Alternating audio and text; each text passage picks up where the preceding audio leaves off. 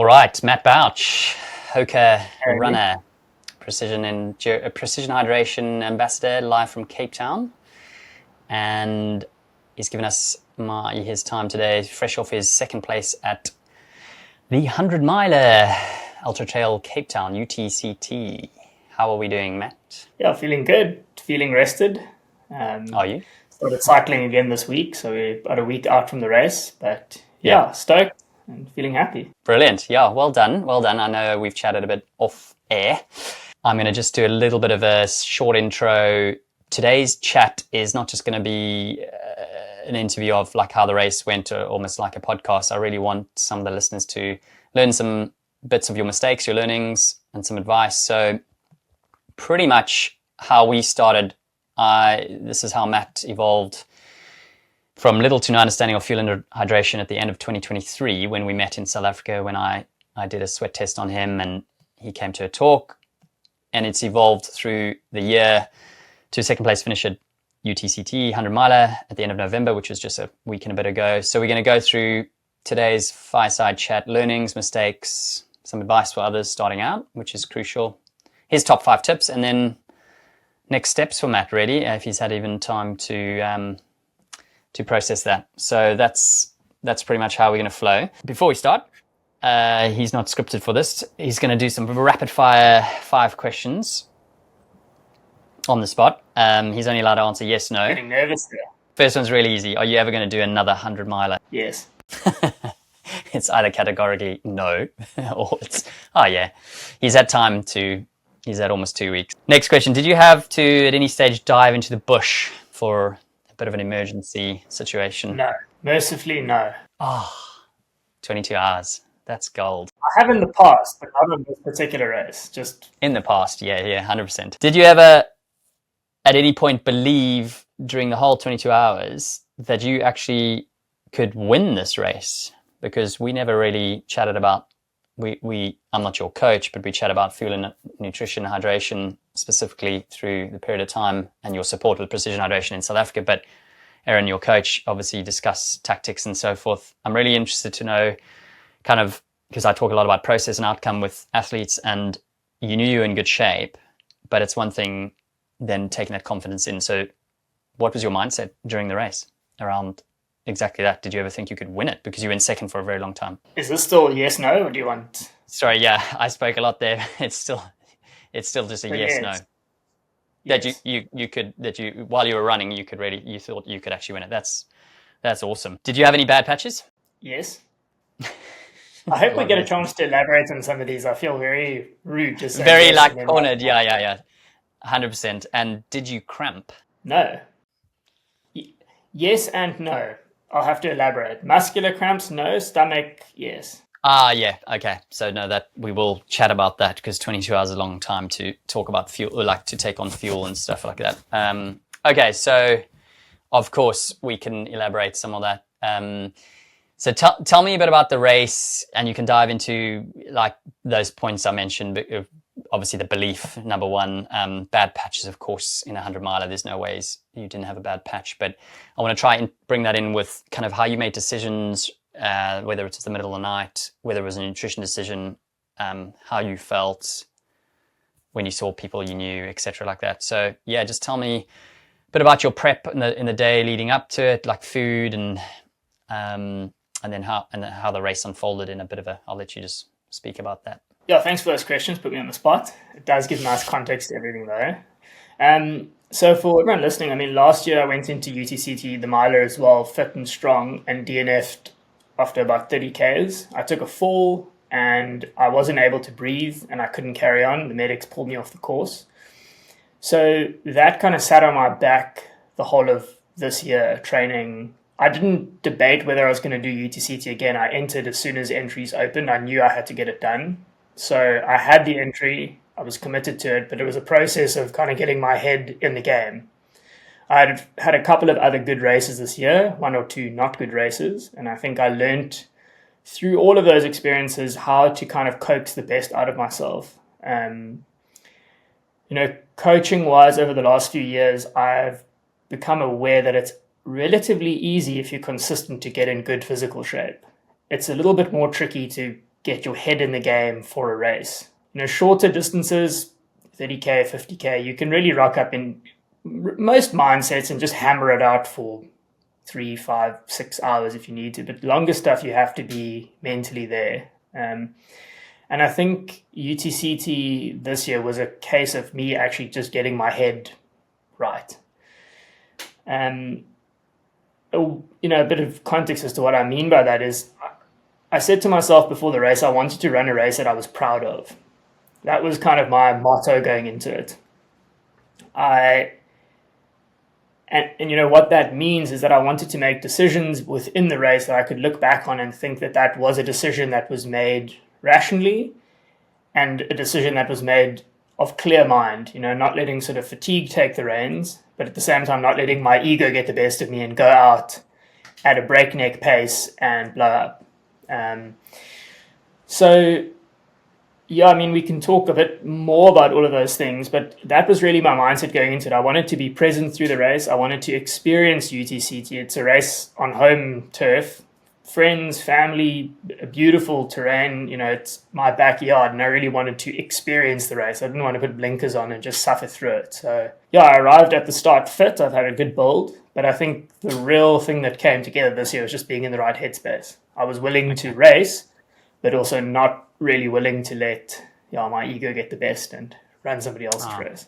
That's incredible. So valuable because it's really easy to say it before, but from racing myself, not ultras, but Ironmans, you just, it's another thing doing it. But your ego is in check as a human being. Just the spending time with you over this period of this year, I think that's the first and foremost thing. And then you respect the distance, and you're not trying this perfect build and perfect nutrition. And you were open for, you openly went out and made mistakes in your sort of training races. And then we touched base a little bit, and then, you dialed in your own strategy without being handheld. So that's, as an athlete, you took a lot of responsibility, which there's no sort of one size fits all. And you've made some like positive mistakes, and then we'll hear how the actually nutrition and feeding went, because it's such a long day and we're still getting it right and so forth. But so that headspace is quite critical, because that you can't just sort of like tell yourself the day before. It's nurturing that over weeks of running and being a lot of time on your own. And you also have, just for context for people listening that don't know you, you're a photographer, you work on film shoots. So you'll have lots of long days on your feet. The little bit of stuff I've done, either being in an advert or something years ago in South Africa, it's like sometimes 15 hours on set, and you're just exhausted. No doubt you're doing long shifts as well. Before, not right up in the week before, you were very good with your diary, but that plays its part. You also have a partner, so you want to be present there. So that's crucial. And you're in the summer there, hitting the start of summer in Cape Town. So it's hot, it's long, weary days. So just go back to that belief, because in the race, because probably you'll chat through in the next stage now how the race unfolded. Like you obviously started off, and it was late afternoon. Was it 5 p.m.? I can't 100% remember. Was it? Yeah, 5 p.m. And of course, no one sprints out the blocks, but just talk, over a period of 5 minutes of like how that unfolded when you then eventually got into your second place. Because when I tuned in the morning, you were already there and you held it, and then there was quite a decent gap to third. Yeah, we going into the race, I had a goal. I wanted to run 22 hours. It was ambitious. I've run similar times on 100 milers before. I've run faster than that on flatter courses, but on a course similar to UTCT, my sort of PB was around 24 hours. So I wanted to run 22, which was a good goal. I'd looked at previous finishes. The previous winners had been just under that before. So I thought, you asked if I believed that I could win. Yes, I think that the time I had was definitely a first place time on certain years. If Alexi was going to go out and run under that, which he ended up doing, it wouldn't be my day. I think that's something that I've become more and more comfortable with, is that I know what I can do. I know that 22 hours is achievable. I know that 20 hours isn't. He ended up running just over 21:20, I think. I wouldn't have been able to do that 2 weeks ago. So I think going into the race, I was very comfortable with what I could do. We went out at a pace that was reasonable, respectable. I mean, I was taking selfies on one of the first climbs. Like, I was having a good time with my friends. Anele, Buns, and I were in the lead for quite a while. So Signal Hill, we were ahead of everyone. The group kind of reformed, and we ran as a pack through to Cliff Corner, the four of us, myself, Christian Kreiling, Jerome, Alexi, and Anele. Sorry, five of us. And then things kind of split up a little bit. The four of us, so everyone except Anele, were sort of together across the top of the mountain to the first aid station, which is Table Mountain. And then Alexi and I split away from the group. We ran together for a bit until the top of Llandudno Ravine. I took the lead at that point, and I led through to Hout Bay, which is where Alexi caught up to me on the flats, and he was running amazingly on the flats. And that's where it kind of became a thing of like, do I push? Because I could have kept with him, but it was out of my comfort zone. I felt like I'd be reaching, and it was too early. It was about 60 Ks in. I thought, I don't know. Let's see what he does. And so 60 Ks in, which is for a lot of people, that's, easily 6 hours. 6 hours of running in, depending on the terrain. When you say on the flats, when you're saying pushing, you probably won't clock watching pace, but is it 4 minutes a K pushing, or is it like on the flats, or is it? I think we're running between 4:20, 4:30. Yeah, which is around there. Moving. Yeah, 3 hour marathon pace, a little bit slower, but 3:10 marathon, but obviously, 5, 6, 7 hours in. Yeah, okay. So it's just to give context. With like 2,500, 3,000 meters in the legs already of climbing. So yeah. So yeah, the international guys not knowing the course very well. You've obviously got quite a lot of undulations, sort of those mentioning Llandudno, Signal Hill before you've even hit Hout Bay, and then and then the heat. So you were heading into the night now. It was dark at that stage. Yeah. I mean, it was dark when we sort of climbed Platteklip. So Platteklip is the first big climb. You climb up the front face of Table Mountain. The sun sort of set as soon as we got up the steps. The sun set at the top of the mountain. We ran into the night, which is quite a cool feeling, because in the City Bowl, you're running and there's camera people following you and there's spectators and there's hype, and then you head into the night and it's quiet and you know that you're not seeing anyone for a couple of hours. It's kind of like when the race becomes the race. There you are. This is what you prepped for, and it's a cool experience. It's the elements, it's the dark, it's kit, equipment, lighting, and then we haven't even started talking about fueling, but this is awesome, just hearing from the inside. Cool, you're in the night, 100 Ks, he started pulling away. You started saying something about that? The lead between Alexi, so the gap between Alexi, myself, and Jerome, who was third place, it kind of ebbed and flowed. It would be 10-minute lead, then 5 minutes, then 20 minutes. Difference between first and second and third. We kind of played tag team with each other. There were often times where you'd look back on a climb, like for example, across Fisher Beach. Oh yeah. I crossed Fisher Beach, climbed the summit on the other side, and looked back, and I could see headlamps starting the beach. So I was like, cool, I've got 20 minutes. Get to the aid station, they say, Alexi's 15 minutes ahead of you. So, you kind of toy with each other in this way. And I think that, as the light starts to come up, you start to see other people. Like Alexi would have seen me exiting Noordhoek Beach as he was on the road ahead. So that motivated him to push. The same way I saw Jerome starting the climb. And when you get eyes on your opponent, you're like, there he is. We need to go. So you're definitely racing. Yeah, we raced all the way to the end, which is what you want. It's unreal. You're not just, there's people completing. I sweat tested a couple of guys in London going back over, because for the listeners, I'm based in the UK, even though I'm Cape Townian, but I did a couple of sweat tests on people and they were heading out, and he was talking about 40 hours this chap was going to do. And I was like, I know Matt's around the 24-hour mark. So it's just real context. You're at the front end, but it's like anything can change and happen. Nutritionally, you could obviously fall like last year, which was so gutting because we had just started working together a little bit in November last year. But okay, so you're heading Noordhoek now. You saw Jerome obviously starting the beach. You were heading. Yeah, I mean, so I suppose the point I was trying to make is that the top three of us were racing the whole way. We were always within an arm's reach of each other. I think if any of us had made a big enough mistake, we would have been caught or passed. And that was my thinking with Alexi as well, as I thought at a certain point you kind of realize I'm not going to be able to physically put the pedal down much more and catch him, but I can keep the pressure on, and if he makes a mistake, that's going to be the opportunity. And I think that was the same between second and third and fourth and fifth. all the way up to about sixth position. Everyone was there and not slowing down. So it was a great race. I mean, that's what you want. You want that level of competition. You don't want to have like a 3 hour gap on someone and then you can have a sleep and a sandwich and walk. No. You want it close, but not a sprint finish. Ideally, yeah. Yeah, it was interesting. I came into Komiki and there was a long section of road from Simonstown to Komiki, probably close on 20 k's of road. Road and beach and sort of flat coastal trail past Misty Cliffs, Scarborough. Yeah, I was gonna. So I know that loads from riding, and obviously, I've done no running there, but I know that growing up. But so, did you do that section from around the back there? Did you have to run the road through Misty Cliffs, Scarborough, and then a bit of trail, and to get to Komiki to get to cross the beach, or? Yeah, we ran up from Simonstown up the stairs, and then down Red Hill Road, and then along the road through Scarborough, past Misty Cliffs. Oh, so you ran down Red Hill Road? Yeah, down Red Hill Road, and then past Scarborough, past Misty Cliffs, and just past Misty Cliffs, the trail drops into the beach, and you cross the Witsuns Beach. Oh, yeah. And then you go through Soetwater. I just kept looking at the ocean. The sun was rising then. I thought, it'd be nice to go for a swim or a surf or anything other than actually having to carry on running for like 60 kilometers.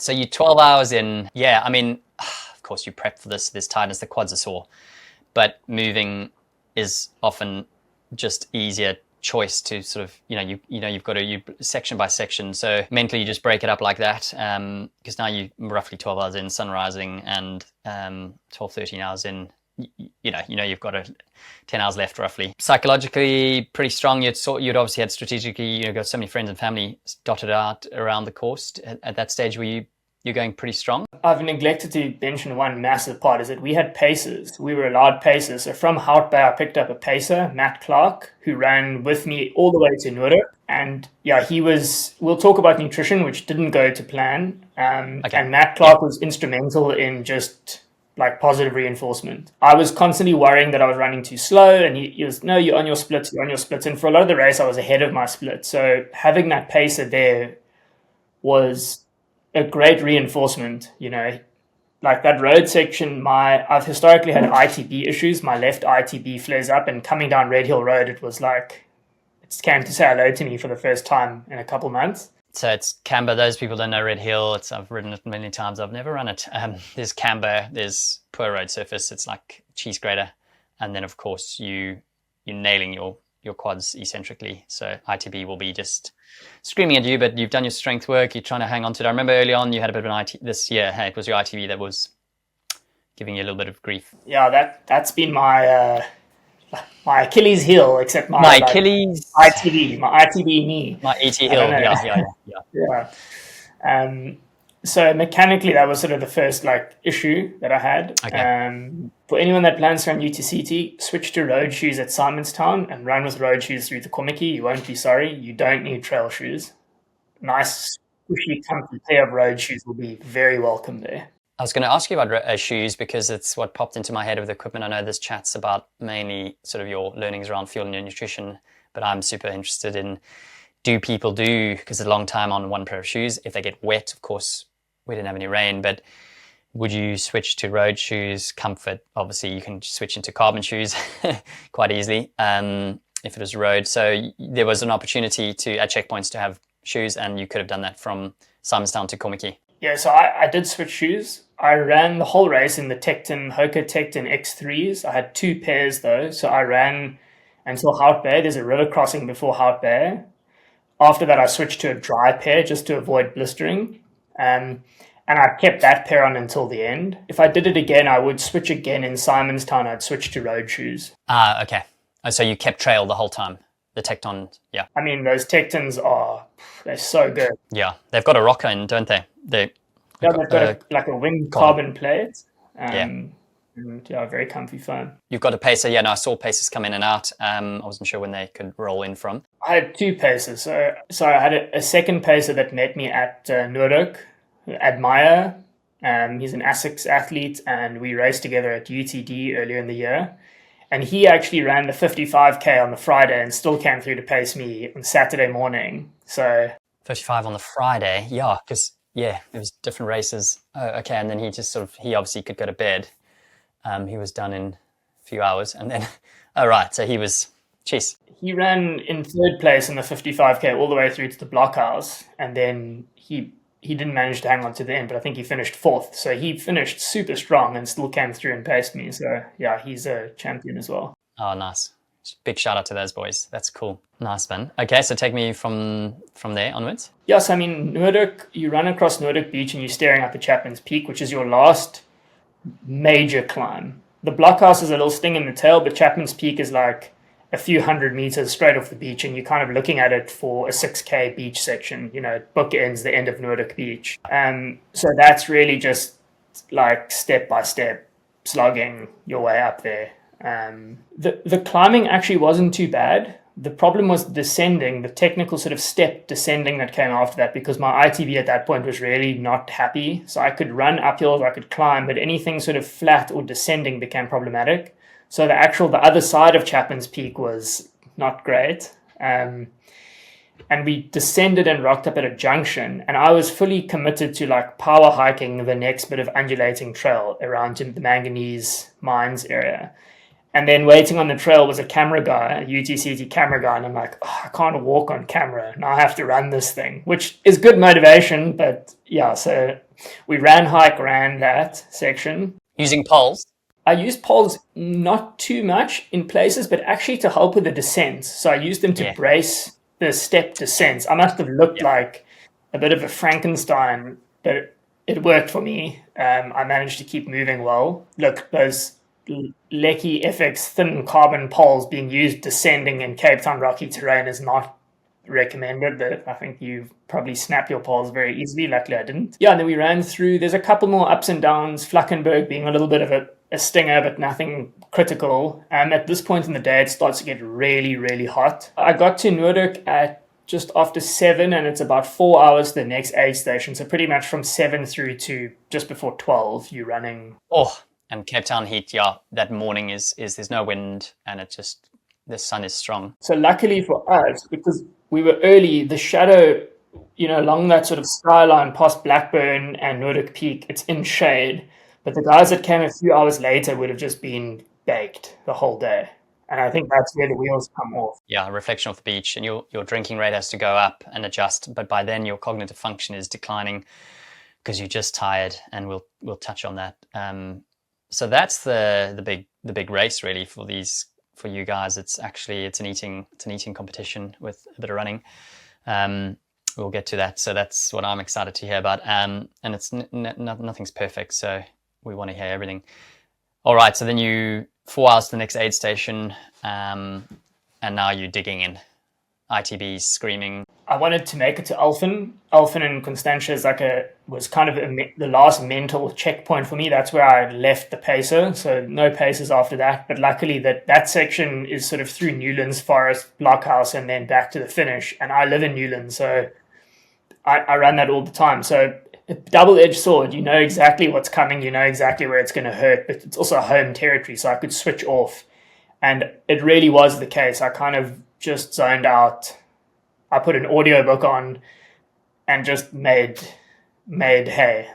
I managed to build a little bit of a gap on third there. And yeah, I mean, it was Alphen and UTCT, so the next two aid stations had such a intensity of people after being out the whole night in the wilderness for all intents. You just have people around you shoving ice in your pack and in your shorts and watermelon in your mouth. And I know. I saw the aid station, the checkpoints, which is insane. The volunteers, big shout out to them. I mean, I know, having raced in South Africa as a youngster, they step up to another level because their passion for endurance stuff is just, because everyone runs and everyone does stuff. So when they see you guys doing certainly comrades in June time, which is a road race, and then I can imagine it's just another level because the trail scene is just going mental in SA. It's just so cool. Watching that for me just gave me so much nostalgia, and I basically mentally signed up for something in November. No, it's not 100 mile. That would be stupid. But no, I have mentally signed up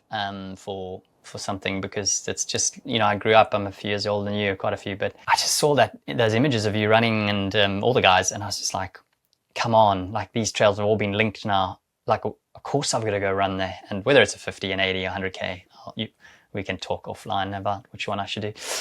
But no, it's so nice to listen to this because it's out of my triathlon sphere, but we all got to eat and sweat and stay out for that long. So it's pretty relevant to my area. I will help a lot of ultra runners. So it's so cool to hear actually what happened towards the front of a race for you. Then you got to UCT, which is University of Cape Town. Sorry, all these UTs. And then, of course, I saw is Alexi. Yeah, he was in the, he was going to do it unless he fell or something horrible.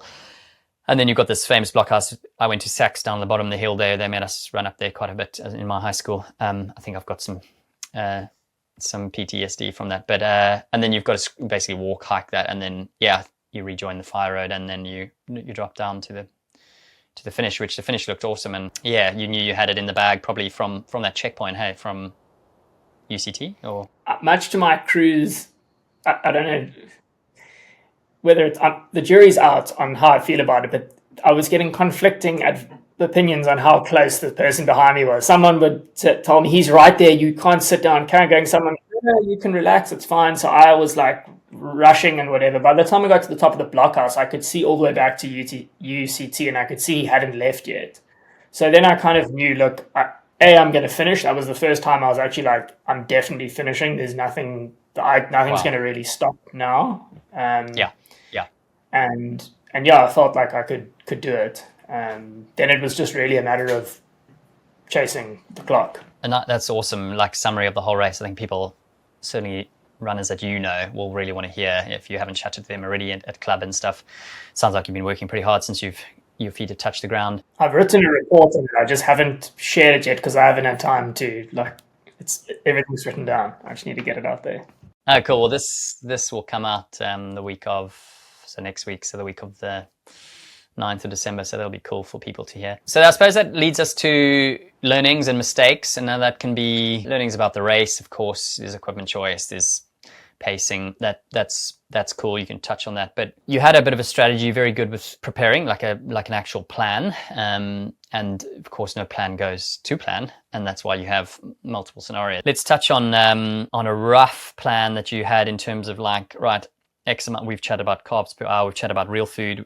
We know that we've done a sweat test. We know that you've got to try and get, X amount of milligrams of sodium per liter fluid, sometimes just plain water. Cramping has been an issue in the past, sometimes going off too hot. Quite early in the race, we were sort of confused with that, but actually with a 100 mile, you start very conservative. Of course, you're over 20 hours. So you mentioned you didn't actually cramp, but your stomach would have been quite tender, I'm sure, from fructose, maltodextrin from the sugar side. I love a good spreadsheet, so I had my kind of nutrition plan pretty tightly mapped out, which I'm happy to share. If anyone wants a link to it, it's a Google Doc. They can check it out if you actually want to see exactly what I plan to eat. Contextually, the plan was to keep mostly hydration in the flasks and consume calories primarily through gels, pH 90 gels. I aim for about 90 grams an hour, which I'll hit in higher intensity sort of sections of a race, and I'll probably be a little bit under if the intensity drops. So I know if I'm aiming for one of those 90 gram gels per hour, it's very easy to measure how much I'm eating. So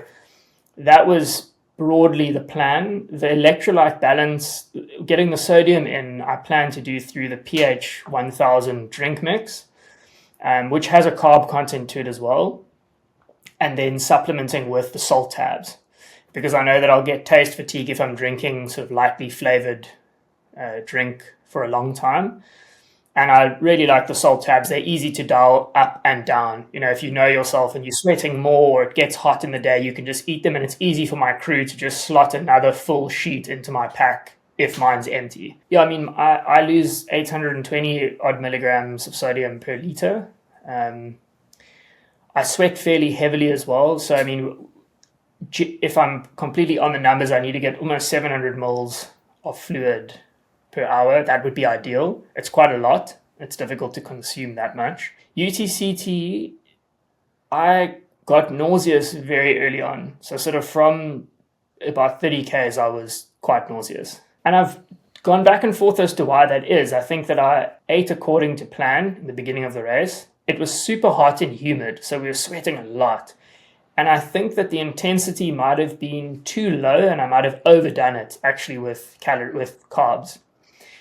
Kind of like blocking my stomach up and then playing a game of catch up where I didn't want to eat too much to upset my stomach, but I didn't want to not eat and then bonk. So it was this like ebb and flow back and forth, and I managed to keep the foods down, but I mean, I ran that whole race on gels. I ate just gels, some watermelon at aid stations, half a potato, which I spat out, and I nibbled on a Snickers, which again was, it didn't really sit, but I still managed to sort of get around 75 grams per hour.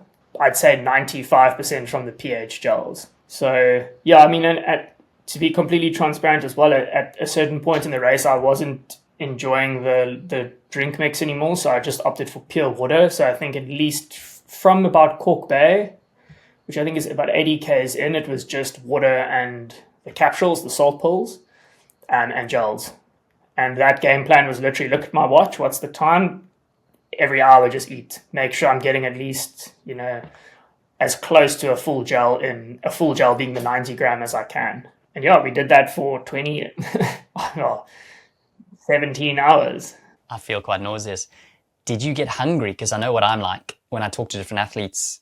Satiation is a big thing. Did you get hungry? I mean, I'm sure you did, but no. Actually, the interesting thing on this race, I didn't get hungry and I didn't get tired. Tired as in I want to go to sleep. Tired. At one point, Matt Clark was like, "Oh, the sun's going to come up," and I was like, "I thought it was like 10 o'clock at night." I didn't feel tired at all, which is unusual. I think because I was racing and in my head I was quite occupied. So that's incredible. I think I had 2 caffeine gels throughout the course of the race, which I was going to ask about caffeine. I mean, I can eat 2 caffeine gels on an average Saturday run. That's like not a lot for me at all. Okay, so caffeine, you literally had 200 milligrams. Yeah, I had barely anything. Crikey, that's interesting. Okay. So to summarize, what I'm hearing is if you had to just ask me straight after the race, what did you think of this, Andy? Bearing in mind, it is firstly a build-up progression to get to this point. So you can't just go, right, people listening to this, Matt did 90 grams pH gels, I'm going to try that. He's progressed up. If anything, he was hitting the real low side. We try to get around, firstly, we start low and build up. He was easily going to get 50, 60. Someone like Matt could literally just take gels, yet no problems taking gels. Some people just can't. So that's another discussion. You mentioned a few things there. Intensity, super key. The 90 grams is the upper limit potentially that we know currently in science of fructose glucose mix. So maltodextrin and a gel. So the pH 90 uses a maltodextrin and fructose. Just on that, just for again, complete transparency, I've pushed the carb content up. I've gone 100 fine, 110, 120 sick. So I know my ceiling is 100 is probably the most I would safely try and hit. I know some guys are 150, 120. No, for me, 100 is that's... Yeah, it's really cool. And I wanted you to try that.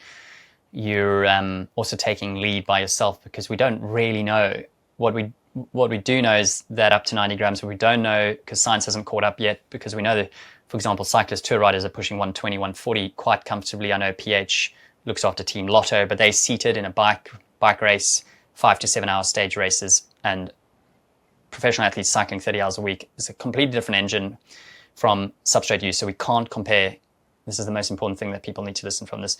We can't compare what professionals are doing, certainly in the cycling world, or some of the ultra runners.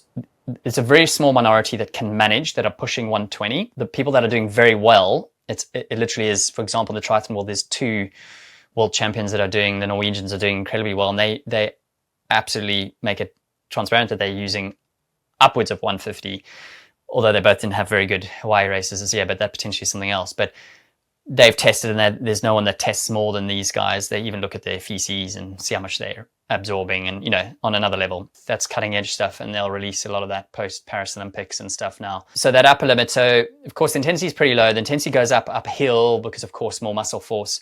So that's when Matt's talking about that, and there might be a little bit of a surge because he's sort of getting a bit giddy, or he's trying to keep the gaps. But if we work on 60, 70 as the lower range, because the length of the day, potentially he's getting also when he talks about the sachets of hydration mix, he's getting his 500 milligrams per sachet, which is 500 mils. So 2 of those is 1,000 milligrams, but he's getting, in a liter, but he's getting 16 grams in each sachet of carbs, which is just a little bit of natural sugars. So if he did his full 90, you would have been pushing over 100 on those parts.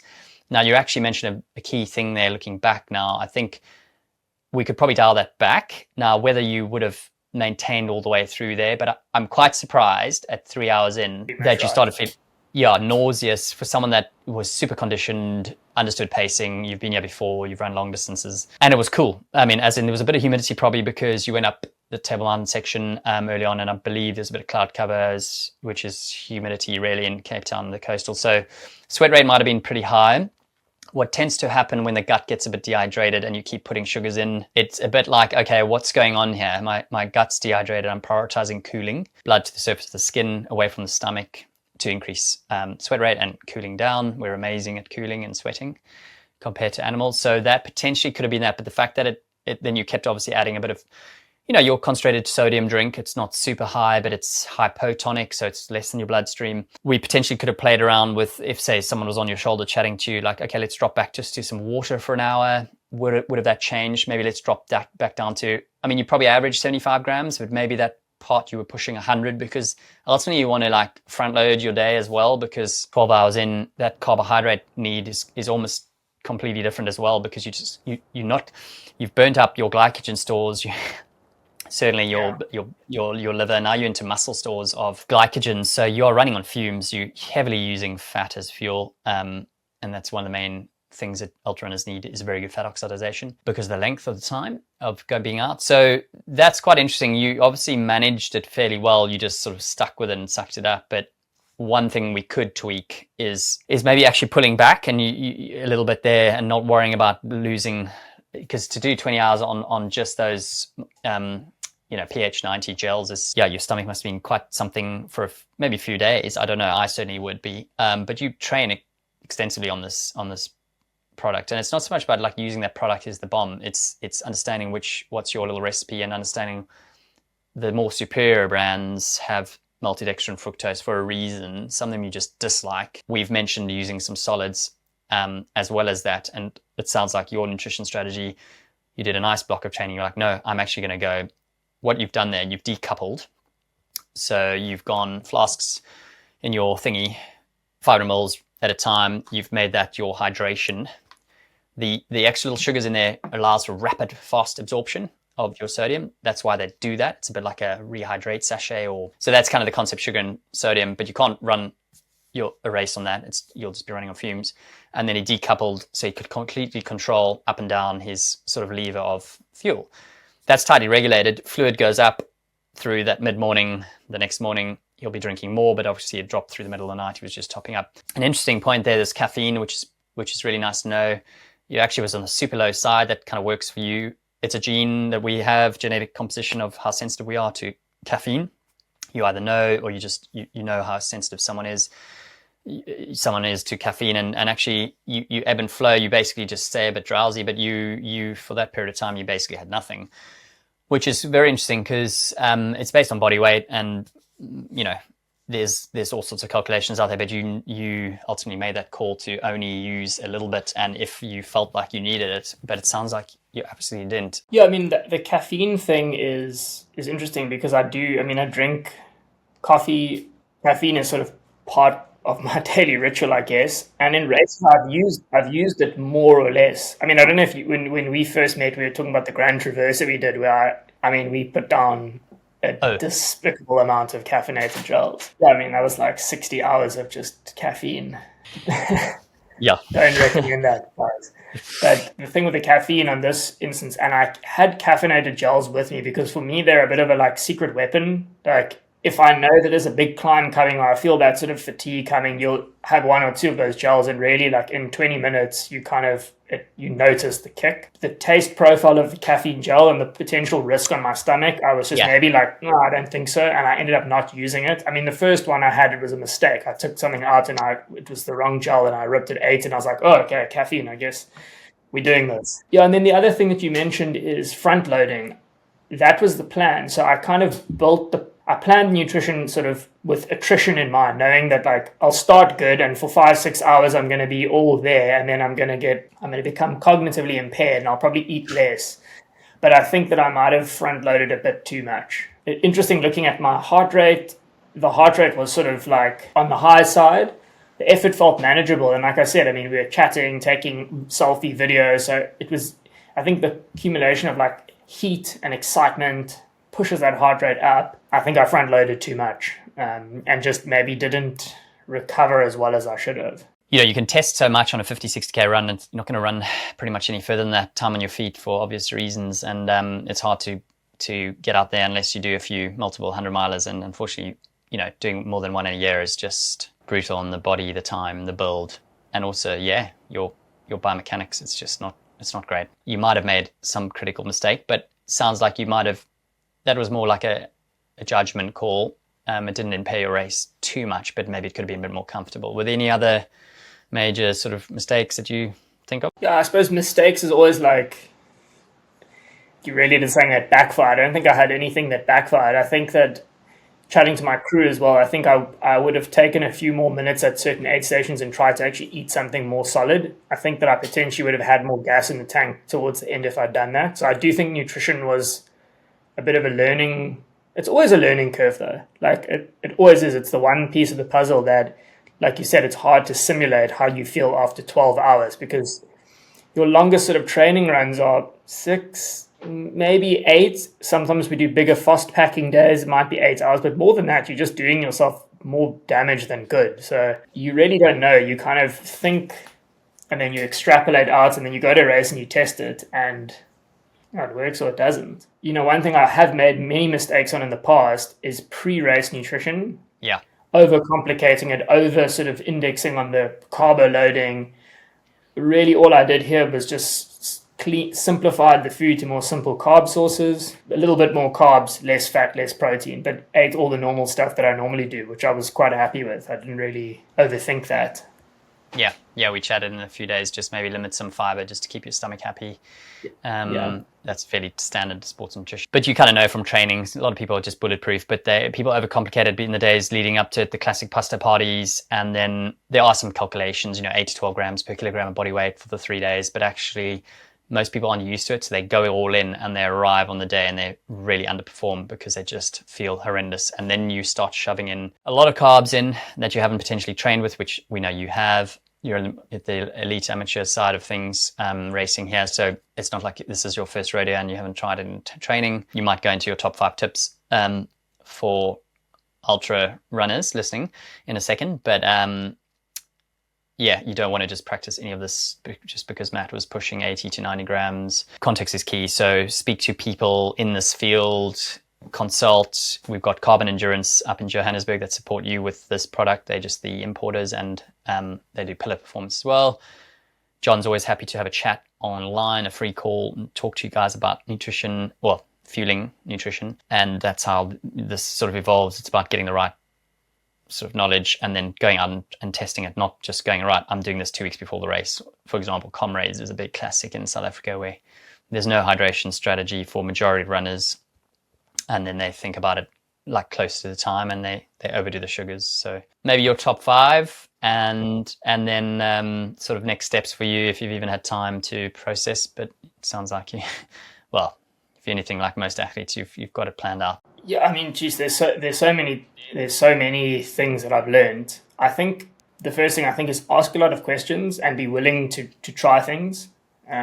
If you want to do well or have any sort of longevity in longer distance endurance sports, you have to ask and you have to be willing to learn. You can't just be someone that has a plan fed to you and is told what to do. I think that you won't last very long because there's too many variables and it's too individualized. So I think that, become a student of what you do. It's super interesting how your body responds to these things. I find it fascinating. And I think if you can do that, can actively learn. People are willing to share. I mean, I share everything openly. I've got no problem telling people what I do. So do most people, actually, in ultra running. Maybe it's different in triathlon. It's like more elite and secretive. And that's a generalization. I don't run triathlon.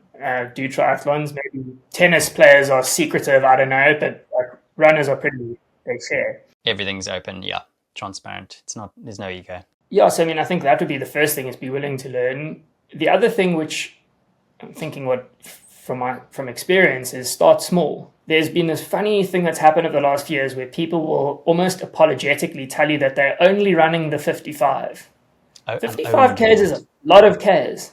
30 With Ks is far. Start with a distance, run it a few times, and then step up. You don't need to do 100 Ks in your first year. You don't need to do it in your first 3 years. Have a goal, but have it realistic. To run 100 miles, I'd say give yourself 3 years. If you're coming yeah, from a moderately fit position, step it up 30, 50, 50 two or three times. Run 75, run it again. Run 100, see how that feels. If you feel good, jump into a 100 miler if that's what you want to do, or just yeah, become really good at running 30 Ks. Like, I think this, it's really good advice. People, I see it in triathlon, and it's the same. I think because the 100 mile and the 100K is it's the big thing. Like, let's face it, you've got the Western States, you've got UTMB. I think some people go straight, certainly males, there's quite a bit of ego involved. I'm just on the sidelines seeing, yeah, and they're just like 50Ks. Yeah, well, get good at 42Ks and no problems, dial in your nutrition, extend. I think that's great advice because you've steadily increased. You haven't just gone, and those are the learnings, the mistakes you made potentially, and then you've gone back and gone, right, let's do this properly. Build that fat metabolism, that engine really well. Of course, strength. There's not enough time to talk about this on this interview, but yeah, that's the training side. Maybe there's a part two, but strength side. That's great advice on that front. So what else? ask questions is point number one. Be realistic and gradually step things up. I'd say number two, and this thing we touched on, is we could break this into two. Get into the gym and start strength training soon. Because what will probably happen is like what happened to me. You're fine, you do great, you run big weeks, it's beautiful, you get injured, and you learn too late. If you want to run a long distance and you want to do it for a long time, start training in the gym. Doesn't need to be crazy, but just start. Strength training is critical to ultra running. Those two go together. I'm sitting here staring at my bike, Oh and I yeah, think that cross training would be point number four. It doesn't have to be riding a bike. It could be kayaking or surfing or yeah, rock climbing. yeah. Obviously, a You can't run. cardio-based thing, I think bike is Yeah, good for running. It took an injury for me to realize that. I'm not running yeah, in December. December is cycling. I'm a cyclist yeah. until January. Um, Brilliant. I think that has become such an invaluable tool for me. Firstly, when I'm feeling a niggle or I'm just a bit bored of running, like fatigued, I can cycle. I think lean into other sports to support ultra distance running. It'll only make you a stronger and more well-rounded runner. I think that's four. And then the fifth and final point, I think this comes down to choosing races to do is run something that excites you. Choose a course because you want to experience the course. And this is particularly true with 100 milers. Like, you can go run 100 miles around your neighborhood. You could just run laps. It's painfully boring. But if you're going to run 160 Ks, go run 160 Ks through the Drakensberg if that excites you. Go loop Mont Blanc, or run something that actually is exciting to you, because I think otherwise it's going to be very, very hard at 100 Ks to motivate yourself to get home. The scenery is breathtaking. I convinced a British guy here that I run with, who's a sort of a sub 240 marathoner, but a roadie, and he does a bit of ultra. But I said, go and check some coverage, and he got back to me the week after. He said, wow, I had no idea. I've never seen Table Mountain. I was like, dude, yeah, there's a reason why, like, that location. And that's half the battle, I think, because you're enjoying it. You're so privileged. You're grateful. Like, you've got a lot of gratitude as a runner because you're like, wow. And I see on your posts, I see on your, you're not, yes, you've got to churn out the miles. It's sometimes nothing pretty. It's consistency. But it's not a given. Look how lucky we are to run on those. A lot of those places are closed or not accessible from safety. But it's a completely safe race now because it's, obviously very well organized. And yeah, it's just phenomenal. And the females that I saw finishing, they're strong. They're actually, Tony McCann, she was commentating, but she was, it was nice to hear. I think she won the 100K the year before. She won the 55K at UTCT. We had a bit of comms just a couple of weeks ago just to see how she's doing and implementing her strategies and stuff. That's just fascinating. So we've got learnings, got insight into what you actually did. We've caught up. What next besides December, lying on Clifton Beach, riding your bike? No doubt your mind is already heading towards, I know you want to get back to Europe at some stage for that big old, you would have got some points for that race, surely? Yeah, so I've got a hard rock qualifier, which I'll put my name in the hat, put it up to the lottery gods. Yeah. Same with UTMB. Every year we'll enter for UTMB. Yeah. I plan to be in Europe for UTMB, potentially 2 months prior to do some training there and some racing.